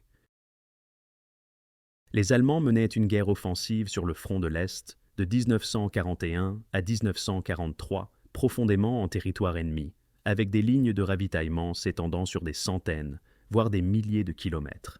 Ils ne pouvaient pas choisir quand et où l'hiver se produirait. Lorsque leur équipement tombait en panne dans des conditions hivernales, ils devaient s'adapter sur le terrain, loin de leur base industrielle, avec des ressources limitées. Les Soviétiques, menant une guerre défensive sur leur propre territoire, avaient des lignes de ravitaillement plus courtes et pouvaient plus facilement livrer des équipements spécialisés et du soutien à leurs forces. Lorsque les T-34 avaient besoin de lubrifiants d'hiver ou d'équipements de démarrage, la logistique soviétique, malgré tous ces problèmes, pouvait généralement les fournir. Les forces allemandes, opérant au bout de lignes de ravitaillement précaires, ne pouvaient souvent pas obtenir ce dont elles avaient besoin, même lorsque cela existait. Les adaptations tactiques allemandes ont eu plus de succès que les adaptations techniques. Les forces allemandes ont appris à éviter les engagements frontaux avec les T-34, utilisant plutôt un équipement optique et un entraînement supérieur pour obtenir des tirs de flanc contre le blindage latéral et arrière plus faible du T-34. Elles ont appris à utiliser le terrain, la dissimulation et les tactiques d'embuscade pour compenser l'avantage de mobilité du T-34. Les tactiques anti-chars allemandes sont devenues de plus en plus sophistiquées, avec des formations mixtes de chars, de canons anti-chars et d'infanterie travaillant ensemble pour vaincre les blindés soviétiques. Mais la compétence tactique a ses limites. Face à un ennemi numériquement supérieur dans des conditions qui favorisent son équipement, même des tactiques supérieures ne peuvent accomplir que peu de choses. Les forces allemandes, sur le front de l'Est, ont remporté d'innombrables victoires tactiques, démontrant un entraînement supérieur des équipages, un meilleur commandement et contrôle, et une coordination interarmes plus efficace. Pourtant, elles ont perdu la guerre stratégique, usées par un ennemi qui pouvait remplacer les pertes plus rapidement que l'Allemagne ne pouvait en infliger. En 1943, avec l'introduction du T-34-85, armé d'un canon de 85 mm, capable de vaincre le blindage frontal du Panther à des distances de combat raisonnables, les Allemands ont perdu même leur avantage qualitatif dans le combat char contre char. Les Soviétiques avaient corrigé les faiblesses du T-34, ajoutant une tourelle à 3 hommes et une meilleure optique, tout en conservant toutes les caractéristiques qui le rendaient efficace. De larges chenilles, un blindage incliné, un moteur diesel et une production de masse. Les adaptations allemandes à la guerre d'hiver et aux défis du T-34 étaient impressionnantes en elles-mêmes. L'ingénierie et la doctrine tactique allemande sont restées formidables tout au long de la guerre. Mais dans le contexte spécifique du front de l'Est, où l'hiver était inévitable, où les distances étaient vastes et où l'ennemi avait une plus grande capacité industrielle, l'adaptation ne pouvait pas surmonter les conséquences d'une impréparation initiale. Les Soviétiques, qui s'étaient préparés à la guerre d'hiver et avaient conçu leur char principal en tenant compte de ces conditions, ont conservé un avantage que les adaptations allemandes pouvaient réduire, mais jamais combler complètement. Si l'hiver de 1941 à 1942 a démontré l'efficacité du T-34 pour arrêter une offensive allemande, l'hiver de 1942 à 1943 a prouvé qu'il pouvait remporter des batailles à lui seul. La bataille de Stalingrad, qui s'est déroulée d'août 1942 à février 1943, est devenue non seulement un tournant de la Seconde Guerre mondiale, mais aussi une vitrine de la manière dont la guerre d'hiver, la capacité industrielle soviétique et le char T-34 se sont combinés pour vaincre une armée allemande. L'importance de Stalingrad était à la fois stratégique et symbolique. Stratégiquement, c'était une ville industrielle clé sur la Volga, une porte d'entrée vers les champs pétrolifères du Caucase dont l'Allemagne avait désespérément besoin. Symboliquement, elle portait le nom de Staline, faisant de sa capture une priorité de propagande pour Hitler et de sa défense une question de fierté nationale pour l'Union soviétique. Lorsque les forces allemandes ont atteint la ville en août 1942, les deux camps se sont engagés dans une bataille d'anéantissement. Le combat urbain à Stalingrad fut brutal et chaotique, mené bâtiment par bâtiment, pièce par pièce. Dans ces conditions, les chars étaient moins décisifs que l'infanterie, l'artillerie et la pure détermination. Mais les T-34 ont joué un rôle crucial dans la bataille défensive, soutenant l'infanterie soviétique dans les contre-attaques et fournissant une puissance de feu mobile pour arrêter les avancées allemandes. L'usine de tracteurs de Stalingrad, l'une des principales installations de production de T-34, a continué à fonctionner même pendant que la bataille faisait rage autour d'elle. Les ouvriers achevaient les chars sur la chaîne de montage et les conduisaient directement au combat, parfois sans même les peindre. Lorsque les obus endommagèrent l'usine, les ouvriers réparaient l'équipement et continuaient la production. Cette livraison directe de l'usine au champ de bataille n'était possible que grâce à la fiabilité et à la simplicité du T-34. Les chars ne nécessitaient pas de tests approfondis ni de périodes de rodage. Ils pouvaient être sortis de la chaîne de montage, ravitaillés en carburant et armés, et envoyés au combat immédiatement. Ce n'était pas idéal. Il n'y avait pas de temps pour la formation de l'équipage ou le débogage mécanique, mais cela fonctionnait assez bien. Et dans les circonstances désespérées de Stalingrad à l'automne de 1942, assez bien était tout ce qui comptait. En novembre 1942, les forces allemandes avaient pénétré profondément dans Stalingrad, contrôlant la majeure partie de la ville. La 6e armée allemande, commandée par le général Friedrich Paulus, était convaincue que la victoire finale était proche. Mais le haut commandement soviétique préparait une contre-offensive qui allait changer tout le caractère de la guerre, l'opération Uranus.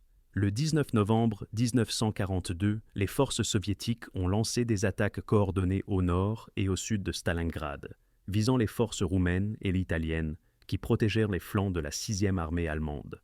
Ces alliés de l'Axe, moins bien équipés et entraînés que les forces allemandes, n'ont pas pu résister à l'assaut. Les fers de lance des chars soviétiques, menés par des T-34 et soutenus par de nouvelles divisions d'infanterie, ont percé les lignes défensives et ont commencé un vaste encerclement. L'opération a été lancée alors que les conditions hivernales s'installaient.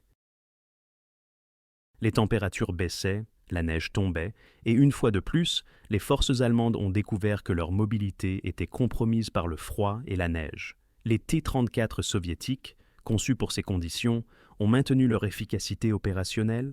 En 4 jours, les fers de lance soviétiques s'étaient rejoints à Kalach, piégeant toute la 6e armée allemande à l'intérieur de Stalingrad. L'encerclement a démontré l'art opérationnel soviétique, la capacité de mener des offensives coordonnées à grande échelle, qui s'était développée depuis le désastre de 1941. Mais il a également démontré l'efficacité du T-34 en tant qu'arme opérationnelle.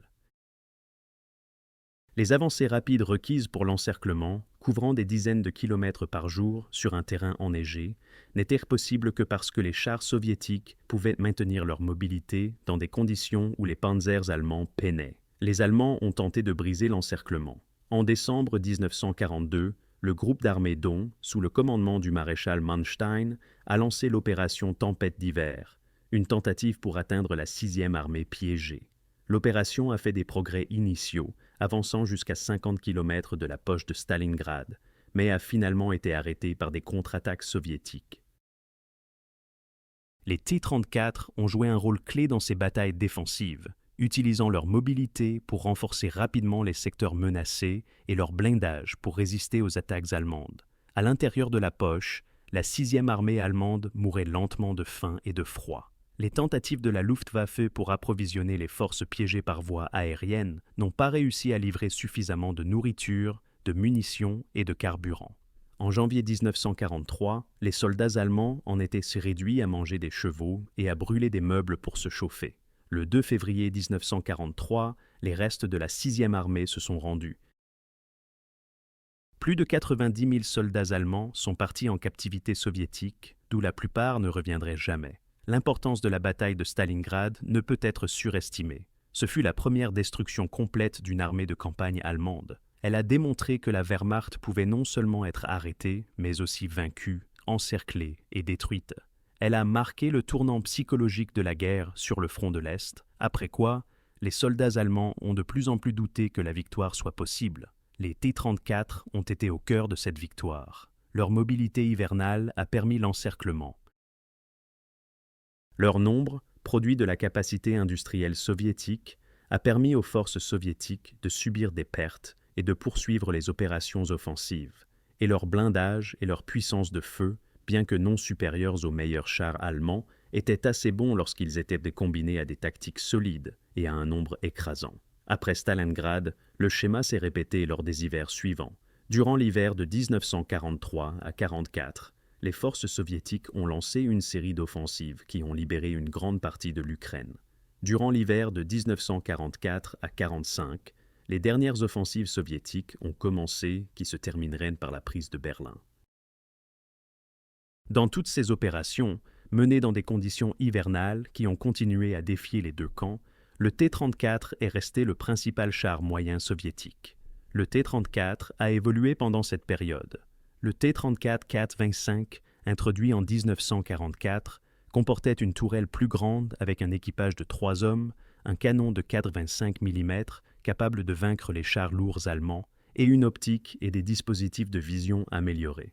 Ces améliorations ont corrigé de nombreuses faiblesses du T-34, tout en conservant les caractéristiques qui le rendaient efficace: de larges chenilles, un blindage incliné, un moteur diesel et une capacité de production de masse.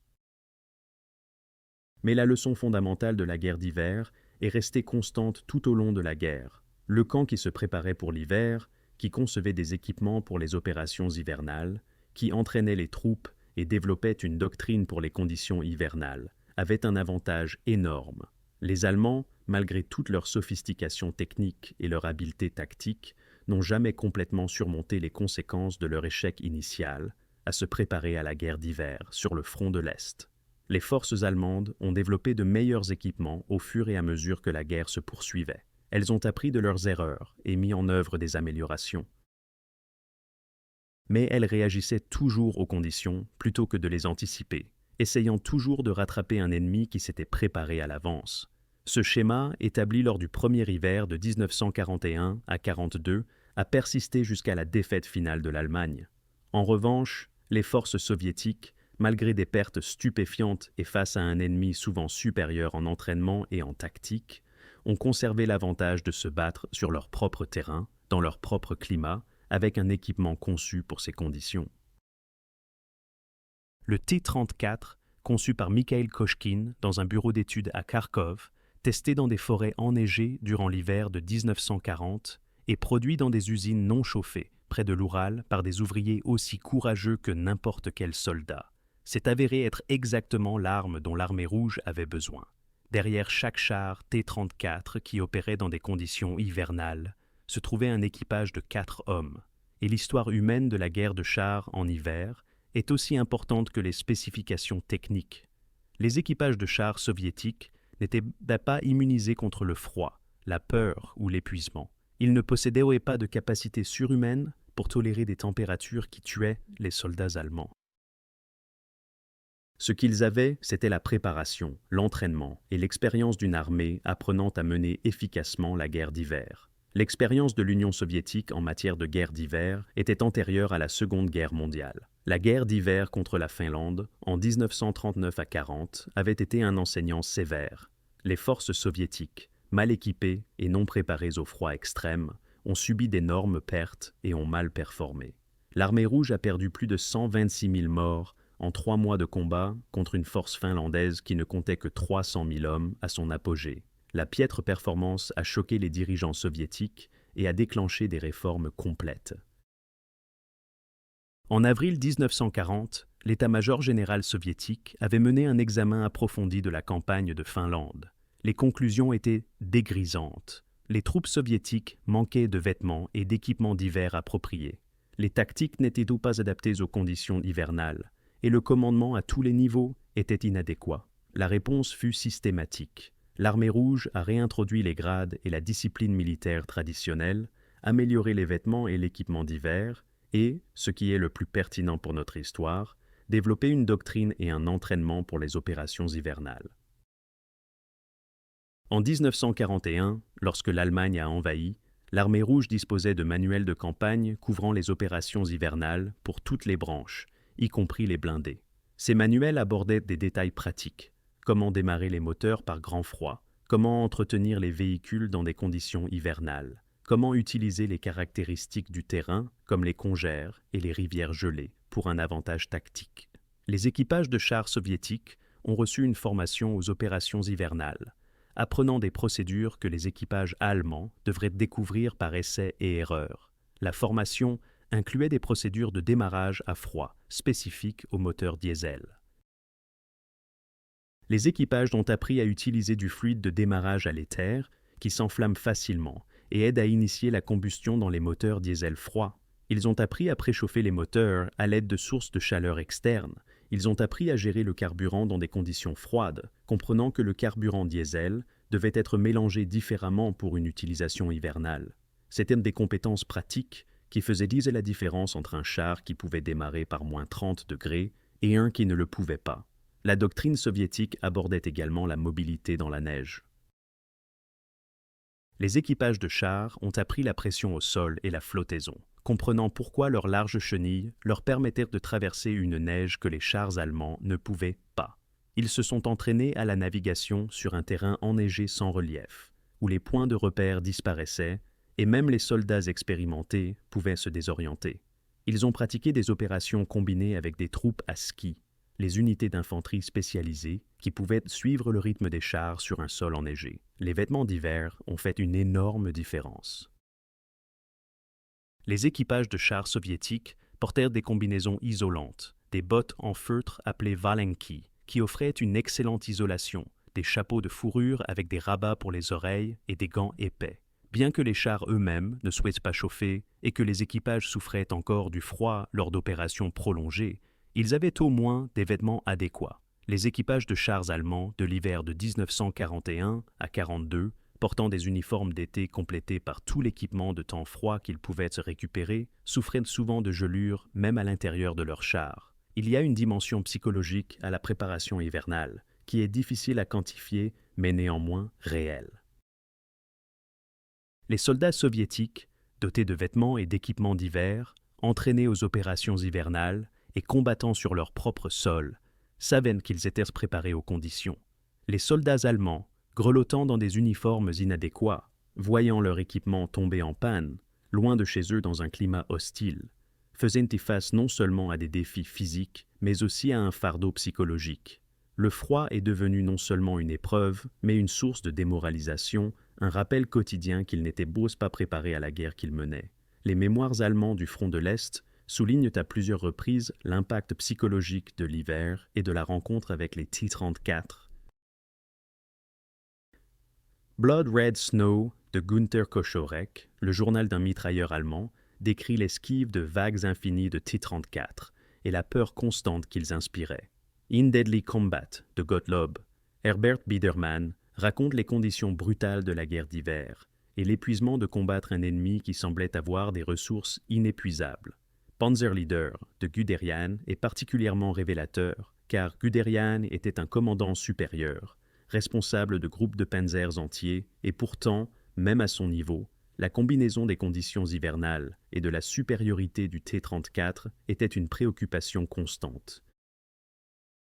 Ces descriptions d'inspection personnelle des positions de première ligne et de la découverte de soldats souffrant de gelures, d'équipements gelés et d'un moral en chute libre transmettent la profondeur de la crise à laquelle les forces allemandes étaient confrontées durant l'hiver de 1941 à 42. Du côté soviétique, les équipages de chars faisaient face à leurs propres défis. Le T-34, bien que mécaniquement fiable selon les normes des chars soviétiques, tombait quand même en panne. Les filtres à air étaient inadéquats, permettant à la poussière en été et à la neige en hiver d'entrer dans les moteurs et de provoquer de l'usure. Les transmissions étaient difficiles à manœuvrer, nécessitant une force physique importante pour changer de vitesse. La visibilité depuis l'intérieur du char était mauvaise, avec des dispositifs de vision limités et une tendance des optiques à s'embuer par temps froid. La tourelle à 2 hommes du T-34 était un handicap important. Le commandant devait servir de tireur, ce qui signifiait qu'il ne pouvait pas commander efficacement le char tout en engageant des cibles. C'était un défaut fondamental que les chars allemands, avec leurs tourelles à 3 hommes, n'avaient pas. La doctrine soviétique a tenté de compenser en faisant en sorte que les commandants de peloton et de compagnie coordonnent leurs chars. Mais cela nécessitait des radios fonctionnelles, ce que de nombreux T-34 n'avaient pas en 1941 à 42. Les équipages de chars soviétiques souffraient également d'une formation inadéquate, en particulier en 1941, lorsque l'expansion rapide des forces blindées de l'armée rouge signifiait qu'il n'y avait pas assez d'équipages expérimentés pour tous les chars. De nombreux équipages de T-34 en 1941 n'avaient ni que quelques heures de formation avant d'être envoyés au combat. Cela s'est amélioré au fur et à mesure que la guerre se poursuivait et que des écoles de formation étaient établies, mais dans la période critique initiale, la mauvaise formation des équipages a compensé de nombreux avantages techniques du T-34. Pourtant, malgré ces défis, les équipages de chars soviétiques ont accompli des choses remarquables. Ils ont arrêté l'avancée allemande à Moscou, ils ont exécuté l'encerclement à Stalingrad, ils ont progressivement repoussé les forces allemandes à travers l'Europe de l'Est et finalement jusqu'à Berlin. La combinaison d'un équipement adéquat, d'une formation pertinente et de la lutte pour la survie sur leur propre sol a créé une force qui, bien que non supérieure à la Wehrmacht soldat pour soldat, était collectivement capable de gagner la guerre. Le facteur humain dans la guerre de chars en hiver se résumait finalement à la préparation rencontrant la nécessité. Les équipages soviétiques étaient préparés pour l'hiver parce que l'armée rouge, tirant les leçons de la guerre de Finlande, avait fait de la préparation hivernale une priorité. Ils étaient équipés pour l'hiver parce que l'industrie soviétique, malgré tous ses défis, produisait des vêtements et des équipements d'hiver en quantité. Et ils étaient motivés à se battre en hiver parce qu'ils défendaient leur foyer contre un envahisseur qui avait démontré par ses actions ce que signifiait l'occupation allemande. Les soldats allemands, en revanche, n'étaient pas préparés pour l'hiver, non par leur propre faute, mais parce que leurs dirigeants leur avaient assuré que l'hiver n'aurait pas d'importance. Ils gagneraient avant l'arrivée de l'hiver. Lorsque cette prédiction s'est avérée catastrophiquement fausse, les soldats allemands en ont payé le prix en gelure, en épuisement et en défaite. Le coût humain de l'erreur de calcul stratégique s'est mesuré en cadavres gelés et en armées brisées.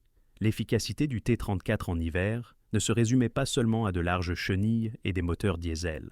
Elle concernait les équipages qui opéraient ces chars, entraînés et équipés pour les conditions qu'ils allaient affronter. La technologie compte dans la guerre, mais les gens comptent plus. Le T-34 était efficace en hiver parce que les tankistes soviétiques l'ont rendu efficace, opérant dans des conditions qui mettraient au défi n'importe quel soldat, conduisant des chars froids, exigus et dangereux, menant une guerre où les enjeux n'auraient pas pu être plus élevés. Les avantages techniques du T-34 ont créé une opportunité, mais c'est le courage et la compétence des équipages de chars soviétiques qui ont transformé cette opportunité en victoire. Un matin d'avril 1945, alors que les T-34 soviétiques roulaient à travers les ruines de Berlin, l'histoire qui avait commencé dans le bureau d'études de Mikhail Kochkine à Kharkov, près d'une décennie plus tôt, atteignait son apogée. Le T-34 avait parcouru un long chemin depuis son essai hivernal, à travers des forêts enneigées, jusqu'à la bataille finale pour la capitale allemande. Le long de cette route, il s'était révélé être l'une des armes les plus influentes de l'histoire, et son efficacité dans des conditions hivernales avait joué un rôle non négligeable dans la détermination de l'issue de la guerre. La question à laquelle nous nous proposions de répondre, pourquoi les chars T-34 étaient-ils si efficaces dans des conditions hivernales, n'a pas de réponse simple.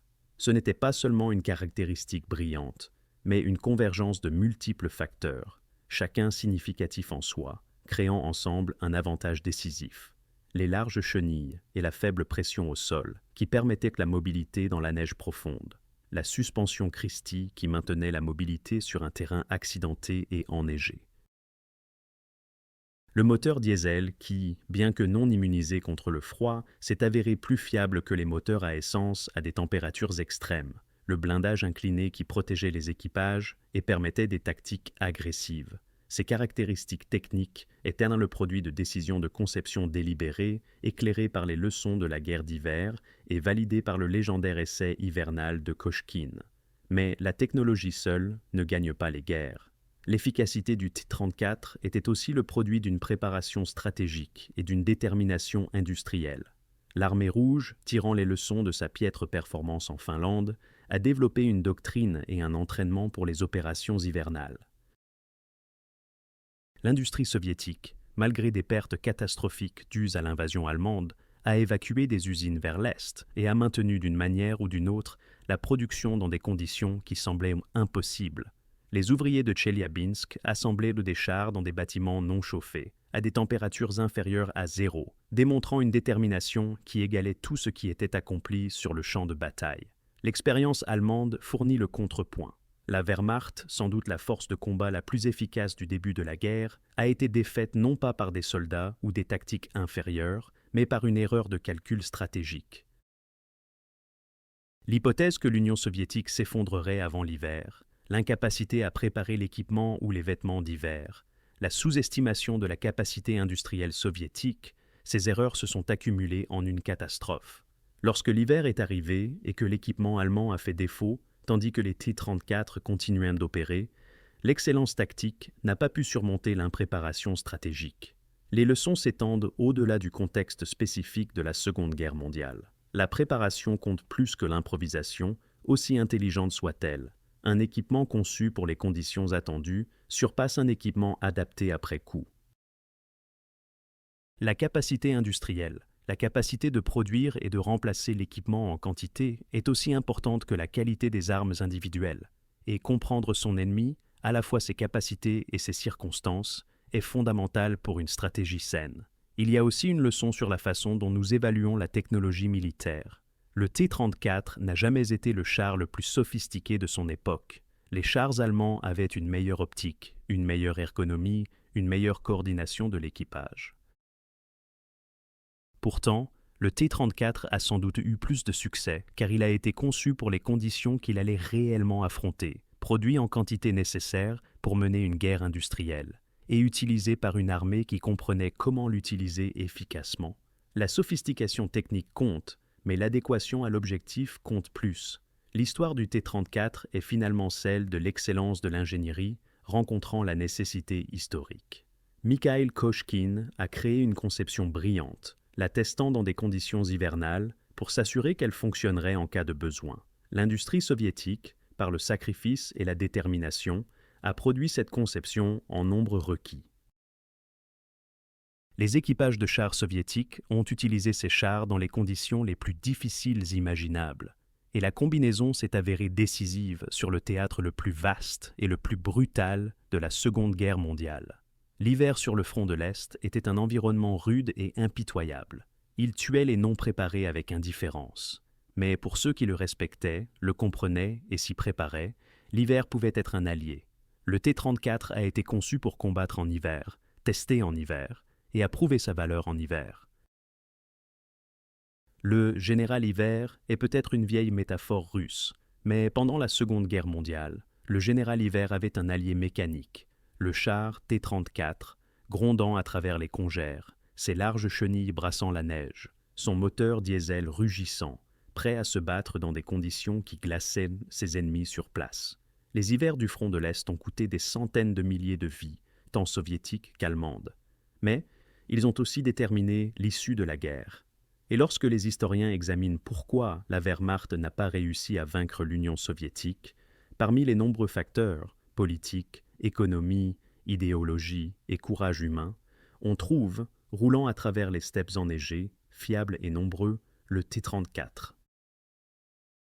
Un char conçu par un ingénieur mort avant de voir sa création au combat, produit par des ouvriers dans des usines non chauffées, utilisé par des équipages luttant pour la survie de leur patrie. Un char qui a répondu à la question de savoir comment se battre en hiver, non pas avec la théorie, mais avec des chenilles de 500 mm, un moteur diesel V2 et un blindage incliné qui a dévié les obus et défini une époque.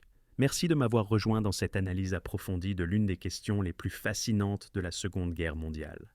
Si vous avez trouvé cette exploration précieuse, veuillez aimer ce contenu, le partager avec d'autres personnes intéressées par l'histoire militaire et vous abonner pour plus d'analyses historiques détaillées.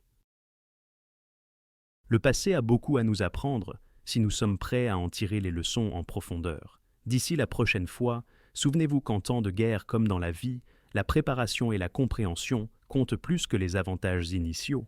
Le camp qui se prépare à la réalité, plutôt que d'espérer la commodité, détient l'avantage décisif.